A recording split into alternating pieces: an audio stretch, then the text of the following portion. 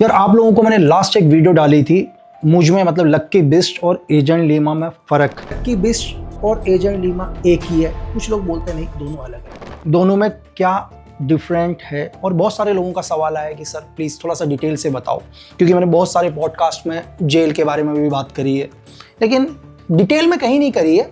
तो जेल में क्या होता है आपने बहुत सारे वीडियो चैनल्स में, न्यूज़पेपर में सुना होगा, और मैं ईश्वर से प्रार्थना करूंगा कि आप कभी उन चीज़ों को देखो ना यार, बस सुनो वो ठीक है, कभी एक्सपीरियंस आपको ना हो, मेरी ईश्वर से यही प्रार्थना है। बस मैं आपको थोड़ा सा कहानी का आगे हिस्सा लेके चलता हूँ। अब एजेंट लीमा और लक्की बिस्ट में तो बहुत सारे आपने कमेंट्स करा कि नहीं सर, हमें तो ऐसा लगता है कि आप ही एजेंट लीमा हो। ऐसा नहीं यार, मैंने आपसे बोला था लास्ट टाइम कि कभी फ्यूचर में मेरी मुलाकात होगी लक्की बिस्ट से तो मैं पूछूंगा। तो चलो कहानी वहाँ से स्टार्ट करते हैं। कहानी हम थोड़ा सा बैक में आते हैं, पूरी कहानी आपको पता है। अब पहले स्टार्ट करते हैं कोर्ट पर। जब मैं कोर्ट में गया, मतलब अभी मैं जेल नहीं गया हूँ, अब सपोज करो कि बहुत सारे पुलिस वाले मुझे कोर्ट में लेके जा रहे हैं। जब भी किसी एक्यूज्ड को पकड़ा जाता है तो उसको पहले कोर्ट में पेश किया जाता है यार।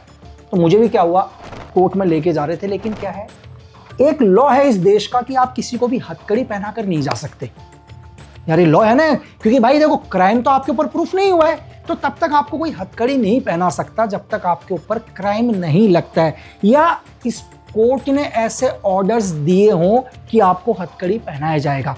तो यार मुझे भी लगा कि यार देखो पुलिस वाले तो हथकड़ी में लेके जा रहे हैं, आप कहीं ना कहीं क्या होगा, इनको डांट पड़ेगी पक्का। अब क्योंकि हथकड़ी नहीं खोल रहे ना, हाथ में हथकड़ी लगा रखी है, और पहली बार ही मुझे कहाँ लेके जा रहे हैं, बहुत सारे पुलिस वाले कोर्ट में, CGM में। मुझे लगा कि अब जाती भाई इनकी तो रेड मारेगा जज साहब।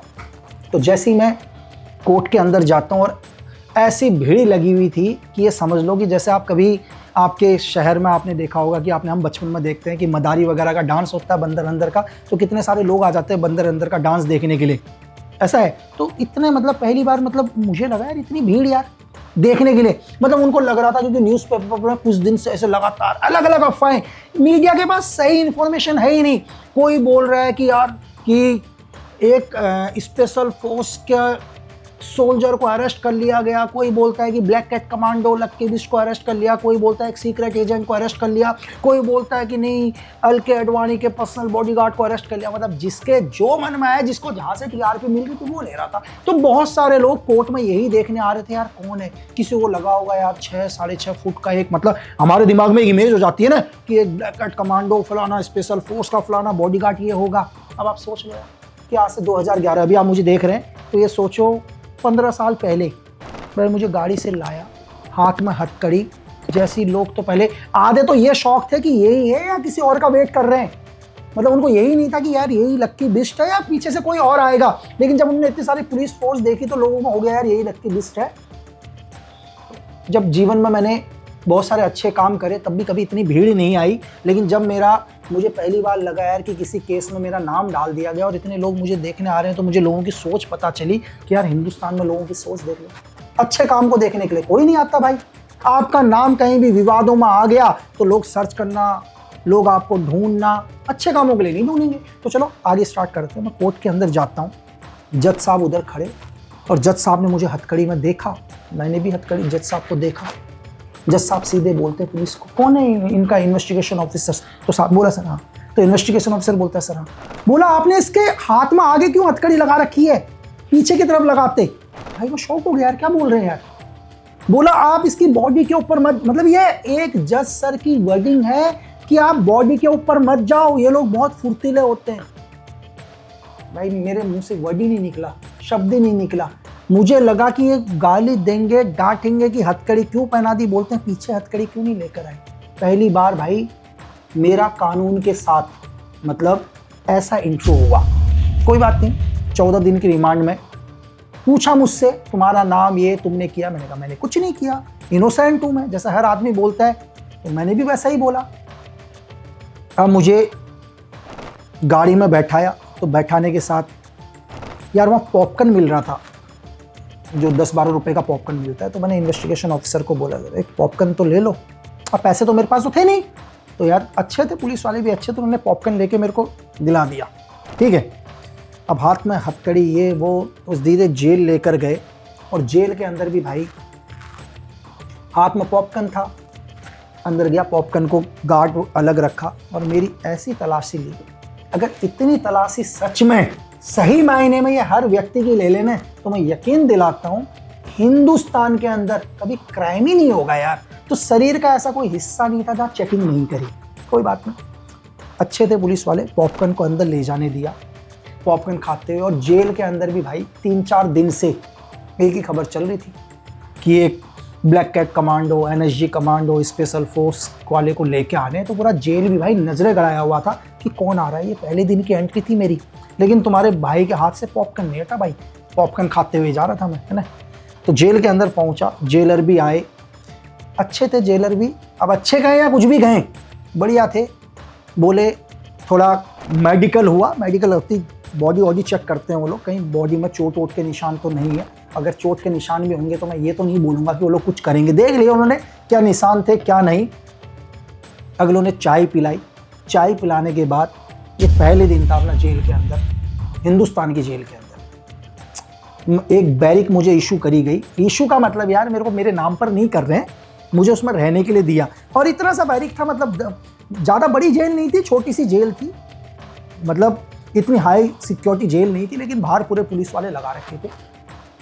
तो जैसे ही मैं उस बैरिक के अंदर जाता हूँ तो 4-5 लोग पहले से और थे बैरिक के अंदर, लेकिन सबकी एज यही थी, किसी की 45 साल, किसी की 50 साल। और पहाड़ की जेल थी यार, उत्तराखंड की पहाड़ की जेल, तो बड़े क्रिमिनल नहीं थे वो जिनको उस बैरिक में शिफ्ट किया गया। चलो मैं आराम से रहा, खाना मेरे लिए आ ही गया। एक था उन्हीं में से 4-5 में से एक, तो मेरे लिए खाना लेके आ गया भाई, तो वहीं खाना खा लिया मैंने। और मैं क्या देखता हूँ रात के टाइम कि वो 4-5 लोग तो सो ही नहीं रहे भाई। मैं सो गया और मुझे नींद थोड़ी आ ही जाती है, बहुत दिनों के बाद थका हुआ था, है ना। इस फोर्स में जब भी जॉब करी तो नींद की हमेशा हर एक को प्रॉब्लम रहती है। तो मैंने कहा यार मैं चैन से सोऊंगा, कम से कम सो गया मैं। लेकिन मैं रात को 1 बजे जब भी मेरी नींद खुली तो मैं देखूँ 4-5 लोग जगे हुए हैं भाई, ठीक है। सेम चीज अगले दिन भी यही हुआ भाई। अब मुझे लग गया यार भाई ये मेरे ऊपर ही नजर रख रहे हैं। अब होता क्या है, नींद के अंदर क्या होता है ना भाई, अब पहाड़ का एरिया, ठंड है तो कंबल भी ओढ़ा है, वही सरकारी कंबल जो ओढ़े हुए हैं। तो मैं जब भी देखूं कि मैं करवट बदलूं तो वो लोग भी चौंक जाएं, वो लोग भी अलर्ट हो जाएं। अब यार तुम मेरे ऊपर क्या स्पाई करोगे, मैंने जीवन भर ही स्पाई किया है यार। मुझे 2-3 दिन में समझ में आ गया कि ये सब के सब इन्फॉर्मर हैं जेलर के, ठीक है। अब चौथे दिन हुई जेल बंद। जब एक बार जेल बंद हो जाती है, बंद होने के बाद जल्दी नहीं खुलती, तो 10-11 बजने का मैंने वेट किया। उसके बाद मैं उठा और उन्हें ये नहीं पता चला कि मैंने 3-4 दिन के अंदर जो खाने वाला जो हम लोग चम्मच होती है ना, हम लोग उस चम्मच का मैं नाइफ बना चुका था भाई, घिस घिस के, ठीक है। जो चम्मच होती है स्टील की चम्मच, मेरा जब भी मुझे टाइम मिलता था मैं चुपचाप से वॉशरूम कहीं गया तो उस चम्मच को मैं नाइफ बना चुका था। तो 11-1 बजती वो लोग हुए, मैंने कहा उठो भाई। अब वो एकदम से शॉक हुए, तो शॉक होने के बाद मेरे हाथ में था वो नाइफ बोले तो चम्मच। मैंने कहा चाचा बात सुनो, वो सब बैठे हुए थे यहाँ पर। मैंने कहा कि आज के बाद अगर मैंने कहा रात के टाइम मैंने किसी को हिलते हुए देख लिया ना, तो मैंने कहा मेरे ऊपर तो 302 लगी हुई है। 302 का मतलब आप सबको पता है कि मर्डर के चार्जेस होते हैं 302। और मैंने कहा कि मेरे पास एक चीज के लिए नहीं लगी, 2 लगी हुई है 302। मैंने कहा अगर कोई दाएं बाएं किसी ने गर्दन हिला दी तो मैंने कहा उसी के गर्दन पर पड़ेगा। और मैंने कहा देख लो बात सुन लो, जितनी देर में ये लॉक खुलने में टाइम लगेगा ना, उतनी देर में तुम 5 की गर्दन हिल जाएगी। अब भाई वो सीधे से लोग थे यार बेचारे, उनके तो डर के मारे हाथ गए। अब वो तो बोल भी नहीं सकते कुछ। और भाई पूरी रात भर उनको नींद नहीं आई, वो पूरी रात भर जगे हुए थे। लेकिन मजाल है कि वो दाएं बाएं हिल जाएं, वो सब ये शो कर रहे थे कि वो सो चुके हैं। और ये बात उन्होंने यार, जेलर के इन्फॉर्मर तो थे ही, ये बात उन्होंने जेलर तक बता दी। और जेलर को कहीं ना कहीं क्या शक था कि लक्की बिस्ट मोबाइल फोन का यूज कर रहा है ना। अब यार रात को मैं कम्बल ओढ़ूं तो कम्बल ओढ़ने का मतलब है कि मैं मोबाइल फोन चला रहा हूं। तो बेशक जेलर ने छापा नहीं मारा, क्यों नहीं मारा मुझे नहीं पता, लेकिन मुझे ये पता चला बाद में। आपको पता है 15-1 दिन के बाद ही क्या हुआ, जेलर साहब पहुंच गए सीजीएम के पास और सीजीएम को बोले सर 57-58 साल मेरी नौकरी हो गई है ना, और 2-3 साल रह गए मेरे रिटायरमेंट के। तो बोले सर एक काम कर दीजिए, रिक्वेस्ट है बोला सर कि लक्की बिस्ट को मेरी जेल से हटा दो। और आप यकीन मानो भाई, ये मेरा पहला ट्रांसफर था, जज ने मेरा ट्रांसफर चेंज नहीं किया, लेकिन जेलर साहब 2-3 घंटे कोर्ट में ही बैठे रहे कि बोला साहब कि सिर्फ 2-3 साल की नौकरी है, वो मेरी नौकरी खा जाएगा, वो मेरे जेल में कुछ ना कुछ कर देगा और मेरी नौकरी खराब हो जाएगी। तो भाई ये मेरा पहला ट्रांसफ़र था और मुझे खुद नहीं पता चला यार ये मेरा पहला ट्रांसफ़र लगाया क्यों। तो भाई 15-16 दिन के बाद मुझे खुद नहीं पता चलता, थोड़ा सा मैं एडजस्ट हो गया था उस जेल में। एडजस्ट क्या यार, देखो क्या होता है, वैसे तो मुझे हर जगह नींद आ जाती है, तो उस जेल में मैं जैसे 15-16 दिन एडजस्ट हुआ तो एकदम से क्या होता है, सुबह सुबह 10-12 पुलिस वाले आते हैं। जेलर बोलता है लक्की आप अपना सामान पकड़ो और आपको ट्रांसफ़र। मैंने कहा मेरा ट्रांसफ़र? अब भाई सारे पेपर रख रखे थे उन्होंने। अब मुझे उस जेल से दूसरी जेल ले जाया जाता है, ठीक है। महज 15-16 दिन के अंदर ही मेरी पहली ट्रांसफ़र थी और मुझे खुद ही नहीं पता चला कि मैंने किया क्या। ना मैंने कुछ जेल के अंदर क्राइम किया, ना किसी को परेशान किया, बस ट्रांसफ़र। अब जैसी दूसरी जेल पहुंचता हूं भाई, तो दूसरी जेल के जेलर को तो पहले ही कागज आ चुके थे। मतलब इसका मतलब कि मेरा रिकॉर्ड बहुत ही ख़राब है। अब रिकॉर्ड तो ख़राब है ना यार, अगर कोई आदमी क्राइम करेगा तो उसको कहाँ भेजेंगे, उसको जेल भेजेंगे। अब मुझे जेल से ही दूसरी जेल भेज रहे हैं, तो इसका मतलब मैं उस जेल में भी क्राइम कर रहा हूँ। मतलब वो जेल मुझे कंट्रोल नहीं कर पा रही है, या वो जेलर मुझे कंट्रोल नहीं कर पा रहे हैं, या मेरी वजह से उस जेल का माहौल ख़राब हो रहा है। ये होता है जेल ट्रांसफ़र का रूल। या तो मैं क्या कर रहा हूँ, उस जेल पर बैठकर उस एरिया में गैंग बनाने की कोशिश कर रहा हूँ, और मेरी वजह से क्या होता है, कानून व्यवस्था ख़राब हो सकती है। ऐसा मैं नहीं कह रहा हूँ, वो पेपर बोलते हैं। तो मुझे दूसरी जेल ले जाया जाता है भाई, सेम। अब वो बड़ी जेल हो गई भाई, बहुत बड़ी जेल। अब मैं उस जेल के अंदर एंट्री करता हूँ, सेम मेडिकल, सेम वही जो पहला प्रोसीजर हुआ। अब इस जेल में मुझे क्या कर दिया जाता है, सिंगल सेल के अंदर रखा जाता है। सिंगल, पहले मैं वो 4-5 लोगों के साथ था क्योंकि छोटी जेल थी। अब इस जेल में एक 6x8 का कमरा समझ लो, वहाँ मैं पहले ही इंस्ट्रक्शन दे दिए गए थे सबको कि भाई इससे तो बात ही नहीं करनी। मतलब जो मुझसे बात करेगा तो समझ लो उसकी कमर में 25-30 लट पड़ने ही पड़ने। अगर मैं किसी को ये भी बोल रहा हूँ, अगर सपोज करो अपने सेल के पास आ रहा हूँ जहाँ से बाहर लोग घूम रहे हैं, मैं बोलूँ भाई इधर तो आ, भाई वो तो मेरे नज़दीक ही नहीं आ रहा, क्योंकि पहले ही बोल चुके हैं कि इससे बात मत करना। क्यों नहीं बात करना, उनको ये चीज़, इसके पीछे रीज़न सोचो। जेलर को ऐसा लगता है कि मैं तो क्योंकि सिंगल सेल में हूँ, बाकी तो सिंगल सेल में नहीं है, बाकी तो एक बैरिक के अंदर 100-100, 150-150 लोग लग रहे हैं। अब हो सकता है कि मेरे हर चीज़ पर वो लोग नज़र रख रहे हैं कि मैं क्या कर रहा हूँ। लेकिन अगर मैंने 2-4 लोगों से दोस्ती कर ली तो वो 2-4 लोग हो सकता है मेरी मदद कर दें, मेरे तक मोबाइल पहुँचाने की, कोई भी चीज़ तक। तो इसलिए इंस्ट्रक्शन थे कि मुझसे बात मत करा जाए। मैं तो बोर हो गया भाई यार, बैठे बैठे अंदर सेल के अंदर बोर ही हो गया मैं बिल्कुल, ठीक है। तो अब हुआ क्या, मैंने जेलर को बोला कि मैंने एक आध बारी जेलर सर के साथ, मैंने कहा सर अकेला हूँ यहाँ, लोग तो डाल दो एक आध। तो जेलर ने भी क्या कर दिया भाई, बात मान ली तुम्हारे भाई की तो इतनी, और जेलर ने कर दिया। और भी सेल थे वहाँ पर, ऐसा नहीं सिंगल सेल, 5-6 सिंगल सेल और थे। शाम को मैं क्या देखता हूँ, 5-6 बोरिया बिस्तर लेके और आ रहे हैं जो भी है, और सारे 400 BC के अंदर छोटे मोटे चोरियों के अंदर, जिनका दिन रात काम ही क्या है, जेल आना, वो 500 सेलों के अंदर उनको भी डाल दिया भाई। चलो कि जेलर साहब ने बोला कि यार चलो लक्की बिस्ट है तो इसको भी, अगर माहौल शांत रहेगा, ऐसा नहीं है कि इसको हम मेंटली टॉर्चर करें स्टार्टिंग में, क्योंकि अभी 8-10 दिन तो हो चुके हैं, बहुत शांत है, तो ऐसे ही रहने दो। तो आ गए भाई आजू बाजू सेल में। सब लोगों से मैंने पूछा, जो 4-5 लोग आ रखे थे, सब छोटी मोटी चोरियों के अंदर। उनमें से एक तो ऐसा था, उसका नाम ही जेल पुत्र रखा हुआ था। अब मैंने कहा यार जेल पुत्र, तो उसको सब जेल पुत्र बोले।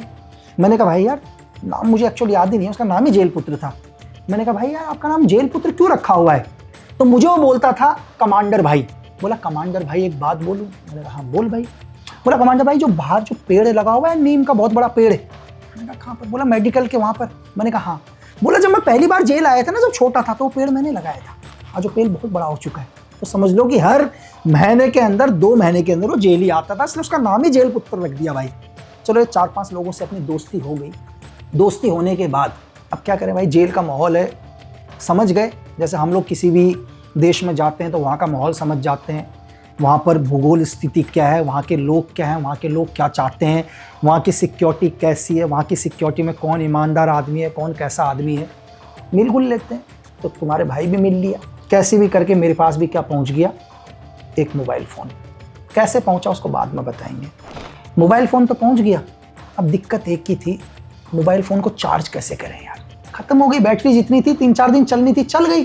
अब मैंने कहा मैं क्या करूँ मोबाइल, क्योंकि चार्जर आना बहुत प्रॉब्लम हो गई थी मेरे पास। अब जो उन्हीं में से लोग थे जो अपने साथ 3-4 भाई लोग थे छोटी मोटी चोरियों में, मैंने उनको बोला यार, मैंने कहा देख भाई सुनो, घुल मिल लिए अपने थे वो जेलर के फेवर के। जब उन्हें जेलर ने भेजा था तो सबके सब थे जेलर के इन्फॉर्मर, तो 15-1 दिन के अंदर हमने उनको अपना इन्फॉर्मर बना दिया भाई। अब वो मेरे साथ ज़्यादा फेवर में आ गए।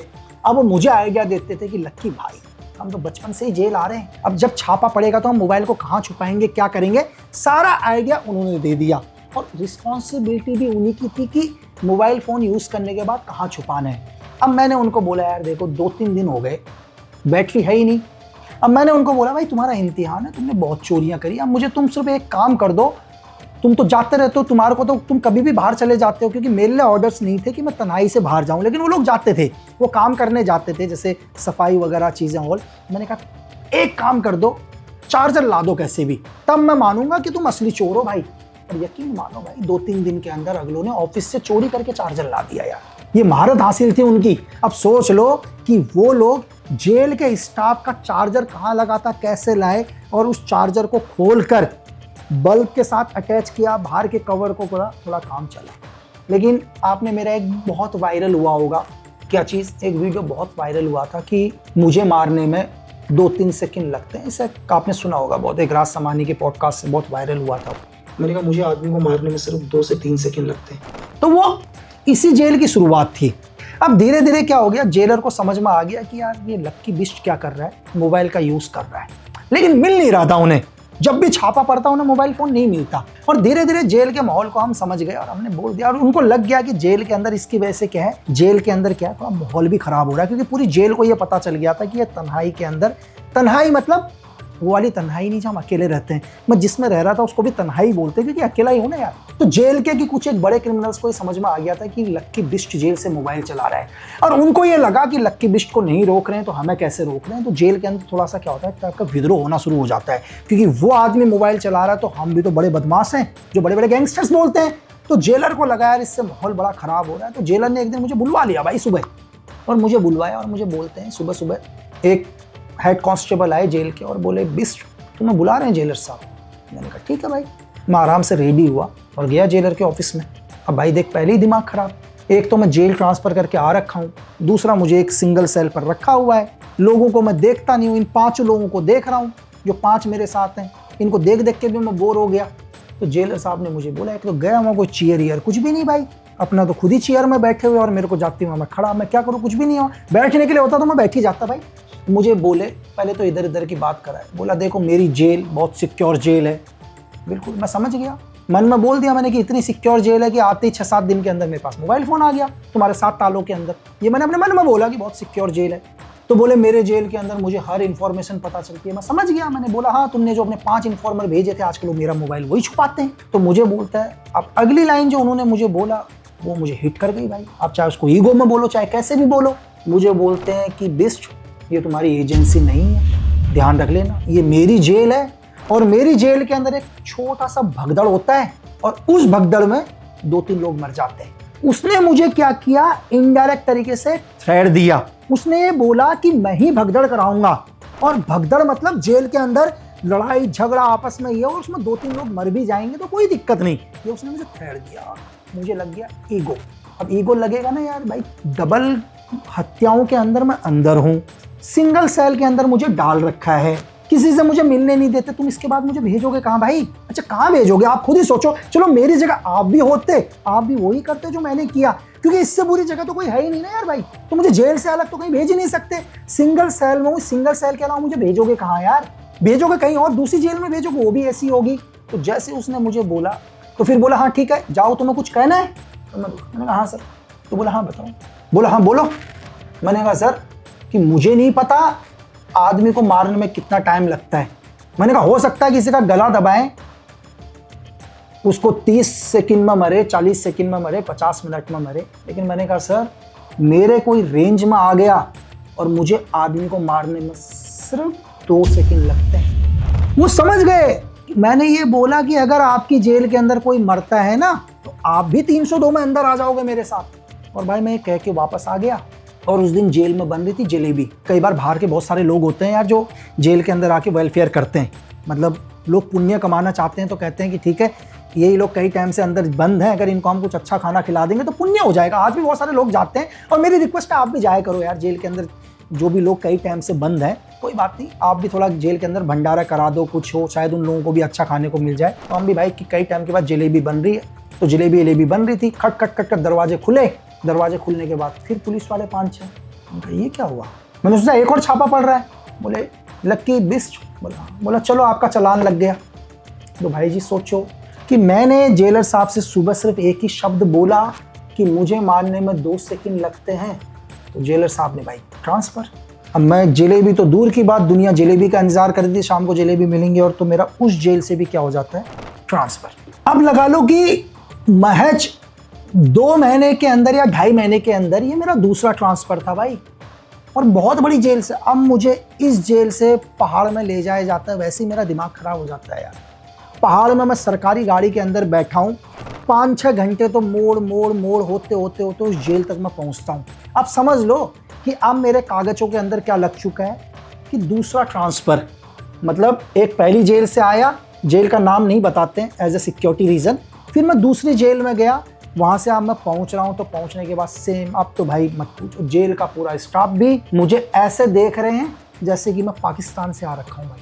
आने के बाद सेम वही मेडिकल, वही चीज़ें, और मुझे क्या किया जाता है, सीधे एक बैरिक दे दी जाती है। मैं उस बैरिक में, ये जेल पहाड़ के ऊपर थी तो ये समझ लो एक हिल स्टेशन टाइप थी। अगर दूर से पिछली जो 2 जेलों के अंदर बंद था वहाँ से मुझे कुछ नज़र नहीं आ रहा था, दीवारें बहुत ऊंची ऊंची थी, ठीक है, 35 फीट की दीवारें थी, तो बाहर कुछ नहीं दिख रहा था। लेकिन इस जेल में मिले एक सबसे अच्छी चीज़ क्या थी, जाती दिल खुश हो गया कि ये एक पहाड़ के ऊपर जेल बनी हुई थी।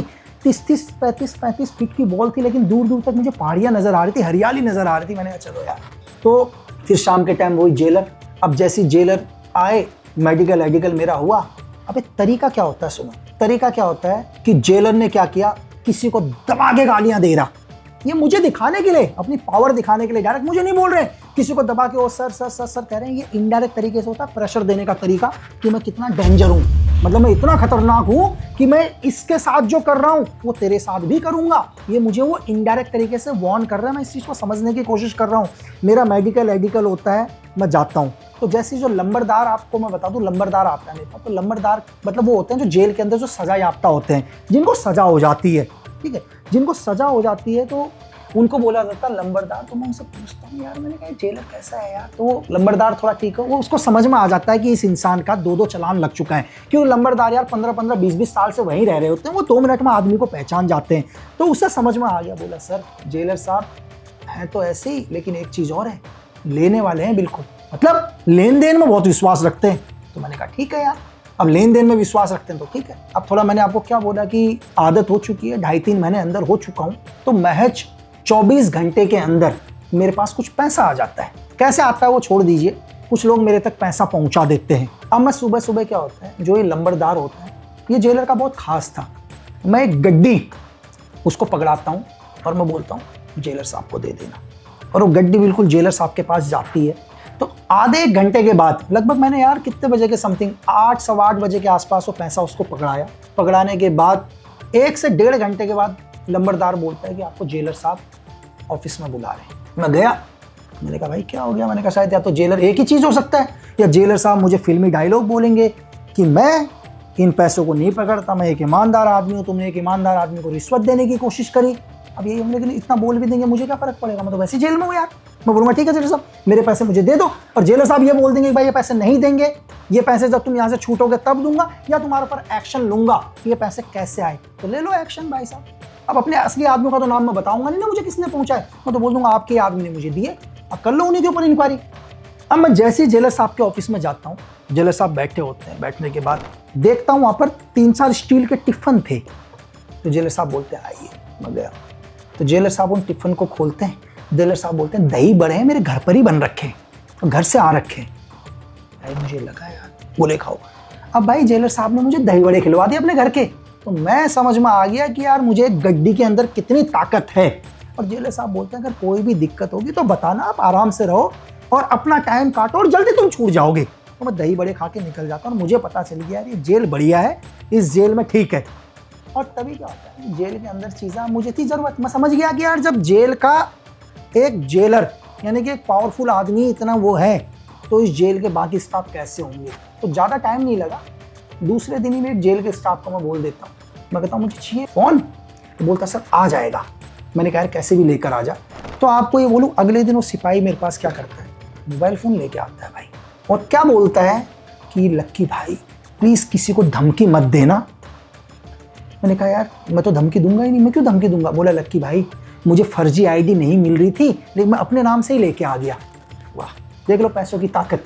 मतलब उस आदमी को कोई सिम खरीदने के लिए फर्जी आईडी नहीं मिली, क्योंकि भाई यार मैं एक जेल के अंदर हूं तो दुनिया की नज़र में क्रिमिनल ही हूं ना, लेकिन वो क्या करता है अपने ही नाम पर सिम मुझे पकड़ा देता है। क्योंकि ये ताकत मैंने देखी पैसों की, कि जेल के अंदर कितना करप्शन है, किस हद तक लोग करप्ट हैं, कि जेल के अंदर एक आदमी 302 के अंदर आया हुआ है, लेकिन चंद पैसों के लिए वो क्या करते हैं अपने ही नाम से मुझे सिम भी ला कर दे देते हैं। ये ताकत है इस देश के गांधी में, पैसों में।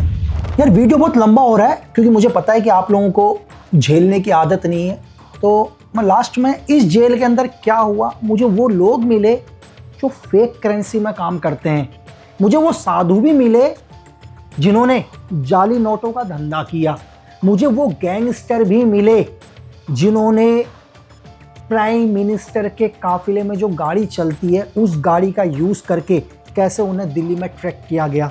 मुझे इस जेल के अंदर अंडरवर्ल्ड का डॉन भी मिले, उनके साथ कैसे हमारी बातचीत हुई, क्यों अंडरवर्ल्ड के डॉन को इस जेल में भेजा गया, कैसे इसी जेल से एक ऐसा कनेक्शन निकला जिससे नेपाल के सबसे बड़े फेक करेंसी ISI के एजेंट लाट मोहम्मद को ट्रैक किया गया और नेपाल के अंदर उसे एक शूट आउट में मारा गया। तो हम इन सब चीज़ों में बात करेंगे अगले पार्ट पर, क्योंकि रीज़न क्या है, आप बोर नहीं होने चाहिए। और इस जेल से जो जेलर मुझे इतना पसंद करने लग गया था, क्यों मुझे इस जेल से फिर दूसरी जेल शिफ्ट होता हूँ, दूसरी जेल से सारी जेल, और कैसे 11 जेलों के अंदर मेरा ट्रांसफ़र होता है, इन जेलों में मुझे कौन कौन मिलता है, इन जेलों में कैसे कैसे लोग थे, हम नेक्स्ट वीडियो पर चर्चा करेंगे अगर आपको ये वीडियो पसंद आएगा तो। लेकिन मैंने कितनी भी जेलें घूमी, लेकिन मैंने हमेशा एक बात याद रखी हमेशा, कि मैं चाहे कुछ भी करूं जेल के अंदर, मैं लोगों को रिश्वत दूं या मैं इंफॉर्मेशन निकालूं, ये सब इस चीज़ के लिए कि वो इंफॉर्मेशन जो मैं पहुंचा रहा हूं वो सही हाथों तक पहुंचनी चाहिए। हो सकता है कि मैं किसी पुलिस वाले को या किसी जेलर को मैंने पैसे दिए, किसी से मैंने मोबाइल मंगाया, वो इसलिए नहीं कि मुझे उस मोबाइल फ़ोन से अपनी व्यक्तिगत बातें करनी है, या मुझे मेरी गर्लफ्रेंड को फ़ोन करना है, मेरे परिवार वालों को फ़ोन करना है, या अपने दोस्तों को फ़ोन करना है, या मेन कि उस जेल से मुझे जो भी इनपुट, जो भी इंफॉर्मेशन मिल रही है वो सही जगह तक पहुंचनी चाहिए, जिसके बदले में या उस इंफॉर्मेशन के जरिए हम उस आदमी तक पहुंच सकें जो इस देश के लिए घातक है, जो इस देश को नुकसान पहुंचाने की कोशिश कर रहा है, या जो दुनिया के किसी भी कोने पर बैठकर हिंदुस्तान के अंदर क्या करता है, आतंकवादी घटनाओं को अंजाम देने की कोशिश कर रहा है या हमेशा करता है। क्योंकि मैं हमेशा आपसे एक बात कहता हूं कि आप दुनिया में कहीं भी रहो, बस एक बात मत भूलो कि देश प्रेम से बड़ा कोई धर्म नहीं है।